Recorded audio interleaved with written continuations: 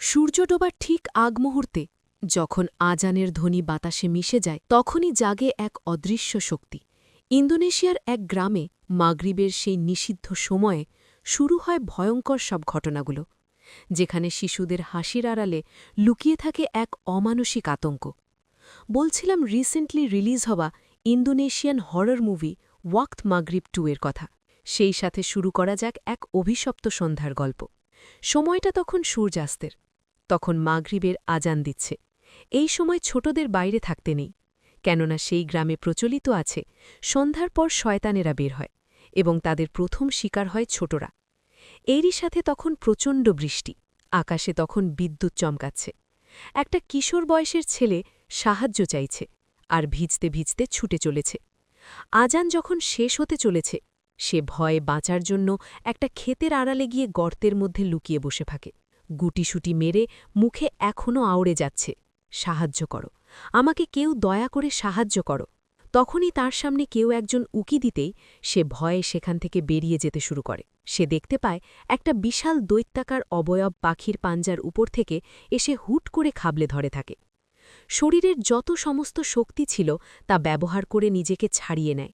সেই সাথে মাটির নিচ থেকে বেরিয়ে আসা সেই দৈত্যাকার পাঞ্জার এক বিকৃত অবয়ব, যাকে দেখে চিৎকার করতে থাকে সেই ছেলেটা, এবং এটাই তার শেষ চিৎকার ছিল। ইন্দোনেশিয়ার ইস্ট জাপানিসের দেশাগিরিতীর্থ নামক এক গ্রামের মাদ্রাসার ওস্তাদ বাচ্চাদের শিক্ষা দিচ্ছেন।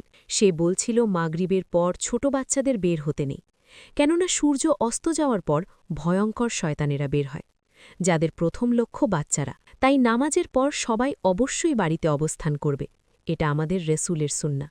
প্রতিদিনের মতো গ্রাম সকালে কর্মব্যস্ততায় ভরা। সেখানে হুলান নামের এক কিশোরী কম্পিউটারেই কিছু একটা করছে। তার ভাই ইউগো তার কাছ থেকে লুকিয়ে রাস্তার এক বিড়ালছানাকে খাবার দিলে হুলান কিছুটা রেগে সে বলতে থাকে, একবার খাবার দিলে খাবারের লোভে তারা আবারও আসে। এই কথাটা শুনেই ইউগো খাবারটা সরিয়ে ফেলে দিল এবং তারা দুজন গ্রামে কারো আসার জন্য অপেক্ষা করছিল, যে কিনা হুলানের বন্ধু ছিল। দুই ভাইবোন এই ব্যাপারে আলাপ আর খুনছুটি করছিল। অতঃপর একটা পিকআপ ভ্যানে করে ইউগোর ফুটবল টিমের সকল বন্ধুরা তাকে খেলতে যাওয়ার জন্য নিতে এসেছে। তার সকল বন্ধুরা দুষ্টামি করে ইউগোকে ডাকছিল। এরপর তার আন্টি বেরিয়ে আসলে তারা সবাই চুপ হয়ে যায় এবং সেখানে ইউগো তার আন্টির কাছ থেকে বিদায় নিয়ে গাড়িতে চড়ে বসে। তার আন্টি সবাইকে সাবধানে থাকতে বলে বিদায় জানায়। যাবার আগে ড্রাইভার হুলানের মাকে দুষ্টু ইশারা দেয়, যেটা দেখে হুলানের মা নাক সিটকিয়ে সেখান থেকে চলে যায়। ঘরে গিয়ে হুলানের মা দেখতে পায় ইউগো তার পানির বোতলটা ভরেছিল ঠিকই, কিন্তু হুলানের সাথে কথায় কথায় সেটা নিয়ে যেতে ভুলে গেছে। হুলানকে হুলানের মা অনেকবার রিকোয়েস্ট করে খেলার মাঠে গিয়ে ইউগোকে এটা দিয়ে আসতে বলে, কিন্তু হুলান কিছুতেই রাজি হয় না। হুলান নিজের স্কলারশিপের অ্যাপ্লিকেশন করতে কাজ করছিল। হুলানের মা তাকে হাত খরচা বাড়িয়ে দেওয়ার কথা বলতেই হুলান এক লাফে রাজি হয়ে যায়। যতই হোক, টাকার উপরে কোনো কথা নেই। তখন মাঠে দুই দলের ফুটবল ম্যাচ চলছে। ইউগো তখন বসেছিল। হুলান তাকে পানির বোতলটা দিয়ে সেখানেই বসে থাকে, কারণ সে গাড়ি ভাড়া খরচ করতে চায় না। তাই ইউগোদের গাড়িতেই ফিরবে। মাঠের খেলোয়াড়দের মধ্যে একজন খেলার মাঝেই হুলানকে দেখে মুগ্ধ হয়ে সেখানে আঘাত পায়, যাতে পুরো স্টেডিয়ামের হইচই পড়ে যায়। খেলোয়াড়দের মধ্যে একজন আহত হওয়ার পর তার পরিবর্তে ইউগো মাঠে খেলার সুযোগ পায়। আহত খেলোয়াড় মাঠের বাহিরে এসে হুলানকে লাইন মারার চেষ্টা করে, যা বাকি বন্ধুদের উপস্থিতিতে হয়ে ওঠে না। খেলার সুযোগ পেয়ে ইউগো ভালো খেলার চেষ্টা করে, কিন্তু তাতে কাজ হয় না। শেষ পর্যন্ত তারা ম্যাচটা হেরেই যায়। এরপর টিম লিডার এসে ইউগোকে ধমকানো শুরু করে, কারণ তার মতে ইউগোর জন্য তারা ম্যাচটা হেরে গেছে।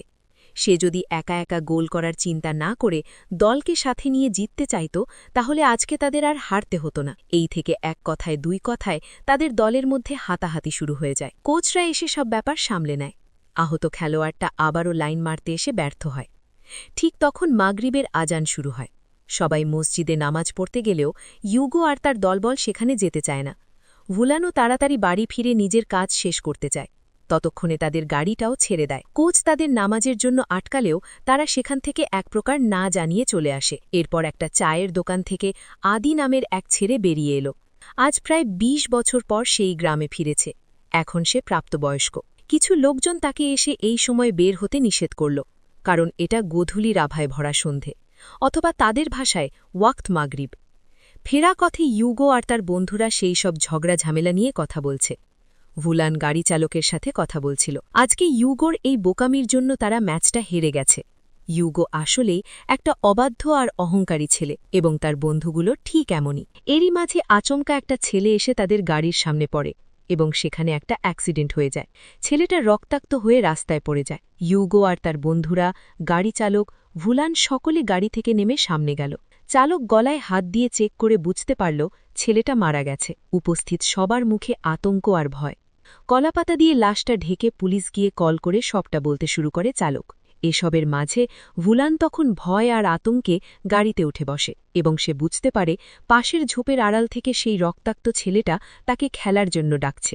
ভুলান সেখানে তাকাতেই ভুলান গাড়িতে ইউগোকে না দেখতে পেয়ে ভুলানকে সবাই মিলে খোঁজা শুরু করে দেয়। তারা বুঝতে পারে সে আসলে জঙ্গলের ভেতরে প্রবেশ করেছে, তাই তারা সবাই সেখানেই দাঁড়িয়ে যায়। এদিকে ভুলান পোজেস্ট অবস্থায় সেই অবয়বের অনুকরণ করে জঙ্গলের আরও ভেতরে যেতে থাকে। ছেলেটা বারবার একই কথা আওড়েছিল, সেটা হচ্ছে চলো খেলতে চাই। এক পর্যায়ে ভুলানের হুঁশ ফিরে আসলে সে বুঝতে পারে যে সে জঙ্গলের ভেতরে আছে। মনের মাঝে ভয়ের অনুভূতি আসার সাথে সাথে এক বিকৃত নারী অবয়ব তাকে ভয়ঙ্করভাবে পেশ করে নেয়। ইউগোর বন্ধুরা সবাই মিলে ভুলানকে খুঁজতে জঙ্গলে আসে। কিছুক্ষণ খোঁজাখুঁজির পর তারা সবাই ৩টে দলে ভাগ হয়ে খোঁজা শুরু করে। একজন দল থেকে বিচ্ছিন্ন হয়ে গেলে তার সামনে চলে আসে সেই অবয়ব। এদিকে ভুলানকে খুঁজতেই সেখানে সে একটা গাছের কাছাকাছি ভুলানকে দেখতে পায়। পরক্ষণেই সে উধাও হয়ে যায়। ইউগো এই ব্যাপারটায় অনেক ভয় পেয়ে যায়। পেছন থেকে ভুলান বড় একটা পাথর নিয়ে ইউগোর উপর হামলা করতেই যায়। তখনই সেখানে গাড়ি চালক এসে পড়ে আর ভুলানকে অবচেতন অবস্থায় পড়ে দেখতে পায়। এরপর তারা দুজন সেখান থেকে ভুলানকে উদ্ধার করে। ঘটনাস্থলে পুলিশ পৌঁছে তদন্ত করছে এবং সেখানে ইউগোর সব বন্ধুরাই নিখোঁজ। এই ঘটনা জানতে পেরে গ্রামের সবাই অনেকটাই আতঙ্কে পড়ে যায় এবং ছেলে মেয়েদের বাবা মায়েরা তাদের খুঁজতে থাকে। ভুলান আর ইউগোকে পুলিশ বাড়ি দিয়ে গেছে। ভুলান এখনও ঘরের মধ্যেই আছে। প্রতিবেশীরা ভুলানকে সান্ত্বনা দেওয়ার চেষ্টা করে আর তার মাকে সেখানে বুঝ দিয়ে চলে যায়। এই বিষয়টা নিয়ে ইউগো খুবই চিন্তায় আছে এবং এই ব্যাপারটা নিয়ে ভুলানের মা তাকে বুঝিয়ে সেখান থেকে চলে যায়। দুর্ঘটনাস্থলে আগে পৌঁছালে সে পুলিশের কাছ থেকে জানতে পারে পুরো ঘটনা এবং সে এটাও জানতে পারে যে এই ঘটনাটা মাগরিবের সময় ঘটেছে। সাথে ৬ জন বাচ্চারাও মিসিং, যাদের মধ্যে ২ জনকে পাওয়া গেছে এবং তাদেরকে বাড়িতে পৌঁছে দেওয়া হয়েছে।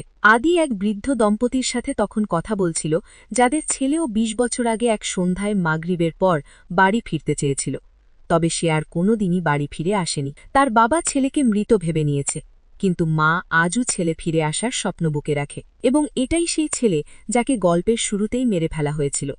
আদি অনেক সূত্র মিলাতে পেরেছিল ভেবে আয়ুকে কল করে এসব জানায়। আয়ু আদিকে বলে, অনেক তো হয়েছে, আর কতদিন সে আর এসব খুঁজে বেড়াবে? অনেক বছরই তো হল, এবার তাদের একটু শান্তি খোঁজা প্রয়োজন। আদি জানায়, এইসবের শেষ না দেখে শান্তি পাব না। আয়ু যেন শুধু আদির জন্য দোয়া করে, এই বলে আদি ফোনটা রেখে দেয়। আয়ু নিজের একটা পুরনো ডায়েরি বের করে ভাবতে থাকে। এই সব কিছু শুরু হয়েছিল বড় সামিউন সামানের পজিশন দিয়ে। এরপর ইউগোকে দেখা যায় একজন বন্ধুর সাথে সে ফুটবল খেলছে। গোল করে পেছনে ঘুরে দাঁড়াতেই ইউগো নিজের ৬ বন্ধুকে পেছনে ঘুরে দাঁড়িয়ে থাকতে দেখেই ভয় পেয়ে যায়। তাদের সকলের মাথা উল্টে পেছনে তাকালো। এই দেখে ইউগোর ঘুম ভেঙে যায়। স্বপ্ন দেখে হাঁপিয়ে উঠে ইউগো পানি খেতে গেলেই রুমে পানি না পেয়ে সে নিজের রুম থেকে বেরিয়ে পানি খায়। একটু পর সে খেয়াল করে বাহির থেকে কারো ফিসফিসানি আর বিড়ালের চিৎকার শোনা যাচ্ছে। দরজা খুলে বাহিরে যেতেই সে দেখল ভুলান সেদিনের সেই বিড়ালটাকে জবাই করে ফেলেছে। রক্তাক্ত অবস্থায় ভুলান বিড়ালটা হাতে নিয়ে উঠে দাঁড়ায়। পেছনে ঘুরে তাকাতেই ইউগো দেখতে পায় ভুলানের চোখ সম্পূর্ণ উল্টে গেছে। ভয়ে ইউগো ভেতরে চলে আসে। এরপর সাহস সঞ্চার করে ইউগো আবার বাহিরে বের হতে চায়। তাকাতেই দেখে বাইরে কেউ নেই। সে দরজা লাগিয়ে ভয়ে ভয়ে পেছনে তাকাতেই দেখে ভুলান দাঁড়িয়ে। পরক্ষণেই সে ছুরি হাতে নিয়ে তার দিকে তেড়ে আসে। ইউগোর এই চিৎকার চেঁচামেচি শুনে ভুলানের মা এসে ইউগোকে শান্ত করে। তারা দেখতে পায় ভুলান নিজের রুমেই ঘুমিয়ে আছে। ভুলানের মা বলে, তুমি হয়তো ঘুমের মধ্যে হাঁটছিলে আর এইসব স্বপ্ন দেখেছ, চলো রুমে গিয়ে ঘুমিয়ে পড়ো। তবে ভুলানের হাত তখনও রক্তে মাখা ছিল, যেটা কেউই খেয়াল করেনি। সকালে নাস্তার টেবিলে ভুলানকে দেখে ইউগো অবচেতনে নিজের প্যান্ট ভিজিয়ে ফেলে। ভুলানের মা ব্যাপারটার জন্য ইউগোর ওপর কিছুটা রাগ করে এবং ইউগো সেখান থেকে ভয়ে পালিয়ে যায়। গ্রামবাসীরা এখনও জঙ্গলের মধ্যেই সেই 6 জনকে খুঁজে যাচ্ছে। পুরো জঙ্গল তন্ন তন্ন করে খোঁজ করেও কাউকে পাওয়া যায় না। তাদের মধ্যে 2 জন নিজেদের মধ্যে বলাবলি করছিল, বাচ্চারা যেন কবুতরের মতো উড়ে চলে গেছে, কোথাও তাদের কোনো ছিন্নমাত্র নেই। তাদের এসব কথা শুনে একজন সিকিউরিটি গার্ড এসে তাদের সাথে যোগ দেয়। সে জানায় 20 বছর আগে তার বাবা যখন পুলিশে কাজ করত তখনও পাশের গ্রামে ঠিক এরকম ভাবেই বাচ্চারা নিখোঁজ হয়ে গিয়েছিল। এর পেছনে ভূত পেতনির হাত আছে এবং এটাই নাকি তাদের তদন্তে বেরিয়ে এসেছিল। এসব মনে করলেও তার গায়ের লোম দাঁড়িয়ে যায়। তারপর এগুলো নিয়ে হাসাহাসি করে তারা চালিয়ে যায় নিজেদের কাজ। সেদিন স্কুলে এসেছে, সব বাচ্চারা তার থেকে দূরে থাকলেও ফুটবল দলের ছেলেগুলো সুযোগ বুঝে ইউগোকে একা পেয়ে টেনে নিয়ে যায় এবং তাকে জিজ্ঞাসাবাদ শুরু করে। তারা তাকে বলছে এসব কি হচ্ছে, ওই 6 জন কোথায়? তখন ভুলান সেখানে হাজির হয়, তাদের দিকে অদ্ভুত দৃষ্টিতে তাকায় আর জানায় তারা যেখানে গেছে এসে তোমাদেরকেও তাদের সাথে নিয়ে যাবে মাগরিবের ওয়াক্তে। জঙ্গলে সেই সিকিউরিটি গার্ড ওই 2 জন লোকের সাথে এখনও বাচ্চাদের খুঁজে চলেছে। তারা খুঁজতে খুঁজতে একটা মরা পচা গলা কিছু মাংসের দলা পেল।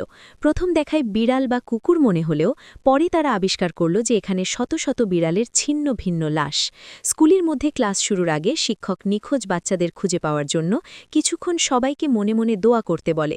ইউগো লক্ষ্য করে এই পুরোটা সময় ভুলান শুধুমাত্র তার দিকে তাকিয়েছিল। তারপর ওয়াশরুমের পাশে দাঁড়িয়ে 2 জন বন্ধু আলোচনা করতে থাকে। তারা বলছিল আবেগের বশে ইউগোর পক্ষ নেওয়া একদমই তাদের উচিত হয়নি। এইসব বলে তাদের মধ্যে একজন ওয়াশরুমে ঢুকে পড়ল। তাদের মধ্যে একজন হলো দিবো, যে কিনা ওয়াশরুমের ভেতর থেকে আড়ি পেতে তাদের কথা শুনছিল। ওয়াশরুমে প্রবেশ করে যখনই ছেলেটা অজু করা শুরু করল তখনই তার চোখ পড়ল আয়নায়। আয়নায় এক বৃদ্ধ নারীর অবয়ব দেখতে পেয়ে সে চমকে উঠল।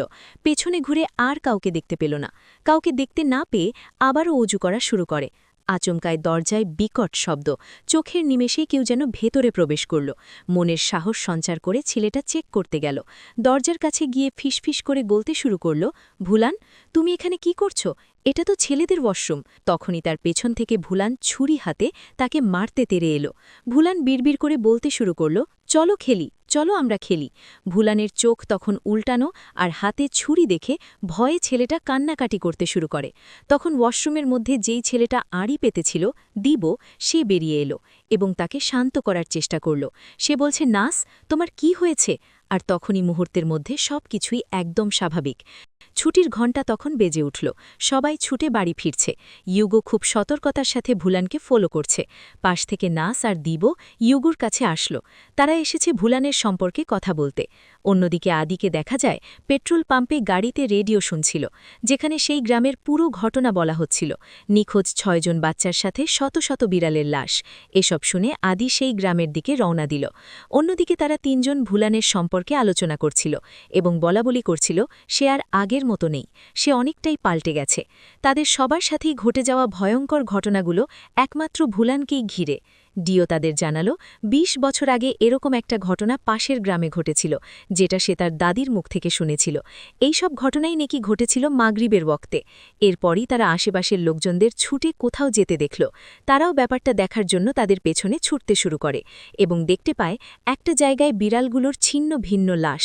এসব দেখে সিকিউরিটি গার্ডরা বমি করতে শুরু করেছে। গ্রামের সবাই এটা দেখতেই এখানে ছুটে এসেছে। ইউগো, নাস এবং দিবো সেখানে এসেছে। গ্রামের এক বৃদ্ধ মহিলা সেখানে এসে বলে উঠল, এটা তো সে আগের মতো ঘটনা, যেটা জাতি গ্রামে 20 বছর আগে ঘটেছিল। পাশেই এসব ঘটনা শুনতে পায় আদি। আশেপাশের লোকজন বৃদ্ধাকে জিজ্ঞাসা করল, কি হয়েছিল সেই গ্রামে? বৃদ্ধা উত্তর দিল, আমাকে না বলে সিকিউরিটি গার্ডের কাছে এই ঘটনা সম্পর্কে জানতে চাও। তার বাবা একসময় সেই গ্রামে চাকরি করত, সেই সবকিছু ভালো বলতে পারবে। সিকিউরিটি গার্ড বমি করতে করতে কথা বলার মতো অবস্থায় নেই। গ্রামের সবাই যখন এসব নিয়ে হইচই করছিল তখনই ইউগো মনে করে ভুলানের সেদিন রাতের ঘটনা। সে ভুলানকে ছুরি দিয়ে বিড়াল মারতে দেখেছে। ইউগো ভয় আর আতঙ্ক নিয়ে সেখান থেকে দৌড় দেয়। এইসব ঘটনার মাঝে আদির নজরে পড়ে ইউগো। ইউগো বাড়ি ফিরে ভুলানকে ঘুমের মাঝে দেখতে পায়। পেছন থেকে ভুলানের মা ইউগোকে কাঁধে হাত রাখতেই সে লাফিয়ে ওঠে। ভুলানের মা জানায় স্কুল থেকে এসে এখন পর্যন্ত সে এভাবেই শুয়ে আছে। এই কথায় ইউগো সেখান থেকে চলে যেতেই ভুলানকে দেখা যায় সে উঠে বসে আছে। চোখে ক্লান্তি আর নির্ঘুম শরীর সোফায় হেলে ঠেলিয়ে দিতেই ইউগো ঘুমিয়ে পড়ে। তখন ভুলানের ইউগো নাম ধরে ফিসফিসানি ডাকের শব্দে তার ঘুম ভাঙে। সামনে ভুলানকে দাঁড়িয়ে থাকতে দেখে ইউগো চমকে ওঠে। ভুলানের মা ইউগোকে বাইরে কোনো একটা কাজের জন্য পাঠাতে চায়। ইউগো রেডি হয়ে যাওয়ার সময় রহস্যময়ভাবে ভুলান তাকে বলে, বাড়ি ফিরে এসো মাগরিবের ওয়াক্তে। এরপর সে রেডি হয়ে চলে যায়। দেখা যায় কোনো একটা মহিলা ভুলানের মায়ের কাছে বাচ্চাদের নিয়ে কোনো একটা খবর বলতে এসেছে। গ্রামে হইচই পড়ে গেছে। সন্ধ্যা নামতেই মাগরিবের আজানের আগেই সবাই হাত ধরে টেনে যে যার সন্তানকে বাড়ির ভেতরে নিয়ে যাচ্ছে, কোনো একটা বাচ্চা যেন এই সময় বাহিরে না থাকে। নাস এইসব ঘটনা ইউগোকে বলা সব কথা টোনে ফোনে জানাচ্ছে, যেগুলোতে টোন একটুও বিশ্বাস করে না। নাস তাকে জানায় ভুলান তাদের বলেছিল ইন্দ্র তাদের সন্ধ্যার সময় নিতে আসবে। এরপর টোন জানায় সে কাউকে ভয় পায় না, কেউ আসলে আসুক। এই বলে সে কল কেটে দেয়। এরপরেই টোনের বাড়ির দরজায় কেউ সজোরে আঘাত করতে থাকে। টোন দরজা খুলে বাইরে কাউকে দেখতে না পেয়ে দরজা আটকে ভেতরে চলে যায়। তার বাড়ির জানালার সামনে তার নিখোঁজ সব বন্ধুদের দাঁড়িয়ে থাকতে দেখা যায়। মোবাইল হাতে নিয়ে সামনে এগোতেই সে নিজের রুমে পেছনে ফিরে একটা ছেলেকে দাঁড়িয়ে থাকতে দেখে। টোনের পেছনে বাকি 5 জনও দাঁড়িয়েছিল। টোন পেছনে ঘুরতেই তারা টোনের ওপর হামলা করে। টোনের বাবা মা মাগরিবের নামাজের জন্য ডাকতে এসে তাকে আর খুঁজে পায় না। এদিকে নাস বাকি বন্ধুদের ফোন দিয়েই যাচ্ছে। নামাজের মধ্যে থাকায় কেউ তার কল রিসিভ করছে না। বাড়ির প্রতিটা দরজায় তার বন্ধুরা দাঁড়িয়ে আছে। আচমকা দরজায় আঘাতের শব্দে দরজাটা খুলেছে। সামনে ইন্দ্র দাঁড়িয়ে আছে। নাস জোরে জোরে তার নাম নিয়ে চিৎকার করছে। নামাজ শেষে কল রিসিভ করতেই এই সব শুনতে পায় দিবো। বারবার কথা বলার চেষ্টা করলেও উল্টো দিক থেকে কোনো উত্তর আসে না, শুধু চিৎকারের শব্দ। টোনের মতো নাসকেও তার বন্ধুরা তাকে আক্রমণ করে। দিবো ছুটে নাসের বাড়ির দিকে যাওয়ার পথে ইউগোর সাথে দেখা হয়। এখন তাদের ইমার্জেন্সি নাসের বাড়িতে যেতে হবে, তাই পথে একজন বাইক রাইডারকে দেখলে তারা দুজন তার কাছে আকুতি করতে থাকে যেন তাদেরকে কিছুটা সামনে এগিয়ে দেয়। তবে সেই লোক যেতে ইচ্ছুক না এবং তাদেরকেও নসিহাত করে যেন তারা বাড়িতে গিয়ে পৌঁছায়, এই সন্ধ্যার সময় বাহিরে যেন না থাকে। সেই লোকের কথা না শুনে তারা দুজন নাসের বাড়ির উদ্দেশ্যে রওনা দেয়। নাসের বাড়িতে গিয়ে দেখতে পায় তাদের সব বন্ধুরা জম্বিদের মতো হাঁটছে আর তাদের দিকেই এগিয়ে আসছে। তাদের চোখে মুখে অদ্ভুত হাসি। তারা ইউগো আর দিবোকে চারিপাশ থেকে ঘিরে ফেলেছে। ছুরি, দা, বঠি নিয়ে তারা সবাই তাদের দুজনকে আক্রমণ করেই যাচ্ছিল। ইউগো আর দিবো তাদের প্রাণ বাঁচিয়ে শুধু ছুটছে। পালাতে পালাতে একটা রাস্তায় আদি দিবো আর ইউগোকে নিজের দাড়িতে ডাকে। অবশেষে আদির গাড়িতে উঠে তারা সেখান থেকে পালাতে সক্ষম হয়। এদিকে নাসকে দেখানো হয় নাসও তাদের দলের সব বাচ্চাদের। এরা 6 জন রক্তাক্ত আর জখম করে একই জায়গায় এনে রেখেছে। নাস বারবার তার বন্ধুদের কাছে মাফ চাইছিল যেন তাকে ছেড়ে দেয় এবং এই বলে সে আকুতি মিনতি করতে থাকে। শেষে সেখানে উপস্থিত হয় ভুলান, যার পেছন থেকে বেরিয়ে আসে সেই বৃদ্ধ নারীর অবয়ব, আর নাস জোরে চিৎকার করতে শুরু করে। আদি তখন দিবো আর ইউগোকে একটা জায়গায় বসিয়ে তাদের কাছে জানতে চায় যে তারা সেদিন কি এমন করেছিল বা বলেছিল যে এই সব কিছু তাদের সাথে হচ্ছে। তারা দুজন জানায় পথে তারা গাড়ি দিয়ে আসার সময় সেই অপশক্তিদের মানে খারাপ আত্মাদের গালাগালি করছিল এবং তাদেরকে এই সন্ধ্যার সময় অভিশাপ দিচ্ছিল। আদি তাদের জানায় এই সব কিছুর পেছনে রয়েছে একজন, যার নাম উম্মু সিপিয়ান। সে কোনো মানুষ নয়, বরং এক জিন, যে কিনা মানুষের শরীরকে পজেস করে এসব করে। ইউগো জিজ্ঞাসা করল, তুমি এত কিছু কি করে জানো এ ব্যাপারে? আদি উত্তর দেয়, এই একই জিনিস তার সাথেও হয়েছিল। আজ থেকে প্রায় 20 বছর আগে আমি আর আমার বেস্ট ফ্রেন্ড আমাদের শিক্ষকের নামে এই ধরনের কথা বলেছিলাম। তারপর গাড়ি দুর্ঘটনার সাথে একের পর এক অস্বাভাবিক মৃত্যু। শেষ পর্যন্ত আমার ফ্রেন্ড নিজেকে শেষ করে দেওয়ার পরে সব ক্ষাম হয়েছে এবং আমি ওর পরবর্তী শিকার হতে হতে বেঁচে গিয়েছিলাম। দিবো জানতে চায়, তাহলে তুমি কোন গ্রামে থাকতে? আদি জানায়, যাযাত্রী যাজার, মানে তাদের গ্রামের নামটা ঠিক এরকমই। হোয়াটএভার, প্রোনাউন্সিয়েশনে একটু ভুল হলে সেটা দেখে নেবেন। এরপর ফজরের আজান হয়। এক লোক একটা জায়গায় বাচ্চাদের রক্তাক্ত লাশ পড়ে থাকতে দেখে। সকাল হতে ইউগোর ঘুম ভেঙে বাড়িতে কল করেই সে জানতে পারে তাদের সব বন্ধুদেরকে মেরে ফেলেছে। ইউগো আর দিবো একে অপরকে জড়িয়ে কান্নাকাটি করতে থাকে। চায়ের কাপ হাতে নিয়ে আদি তাদের কাছে আসতেই এই সব ঘটনা জানতে পেরে নিশ্চুপ হয়ে যায়। বাচ্চাদের দাফন কাফন শেষে কবর দেওয়া হয়েছে এবং তাদের সবার অভিভাবক আর বাকি সবাই খুবই শোকাহত। আদি দূর থেকে দাঁড়িয়ে ভুলানকে নজর করতে সে তার পেছনে হাজির। ভুলান বলে আদিকে সে এখনও ভুলেনি, আর এরই সাথে তাকে বিভিন্ন ধরনের হুমকি দেয়। আদিও তার পাল্টা জবাব দেয়। এবার সে আর আগের মতো বাচ্চা নেই, এইবার সে তাকে মারবেই। ভুলানও তার দিক থেকে চ্যালেঞ্জ ছুড়ে দিয়ে সেখান থেকে চলে যায়। আদি ইউগো আর দিবকে বাড়ি ফিরতে বলে। তাদের কিছু তাবিজ ভুলানের বাড়ির আশেপাশে ঝুলিয়ে দিতে বলে, যাতে ভুলান আর বাড়ি থেকে বেরোতে না পারে, এবং তারা ভুলানের বাড়ি এসে এই কাজটা করা শুরু করে। আর তখনই ভুলানের মা চলে আসে। তার সাথে ভুলানও বাড়িতে প্রবেশ করে। যখন সে বুঝতে পারে তারা বাড়িটি বন্ধ করে দিয়েছে, ভুলান বিদঘুটে এক চিৎকার দিয়ে ওঠে।